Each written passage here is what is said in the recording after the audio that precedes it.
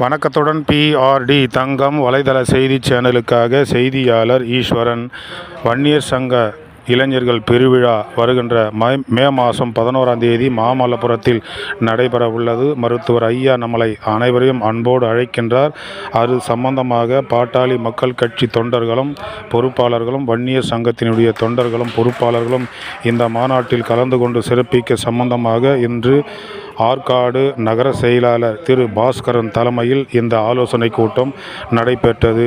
இதில் சிறப்பு அழைப்பாளராக மாவட்ட செயலாளர் பாட்டாளி மக்கள் கட்சி மாவட்ட செயலாளர் நல்லூர் எஸ்பி சண்முகம், மாநில பசுமை தாயம் துணைத் தலைவர் பொன்மலை இதில் கலந்து கொண்டு வருகின்ற மே மாதம் நடைபெறவுள்ள வன்னியர் இளைஞர் பெருவிழாவில் அனைவரும் நாம் கலந்து கொண்டு மருத்துவர் ஐயானுடைய சொல்லுக்கு கட்டுப்பட்டு தமிழக அரசு நமக்கு இடஒதுக்கீடு கொடுக்கும் வரை நம்முடைய ஒற்றுமை சிறப்பாக இந்த மாநாட்டில் அமைய வேண்டும் என்று பேசினார்கள்.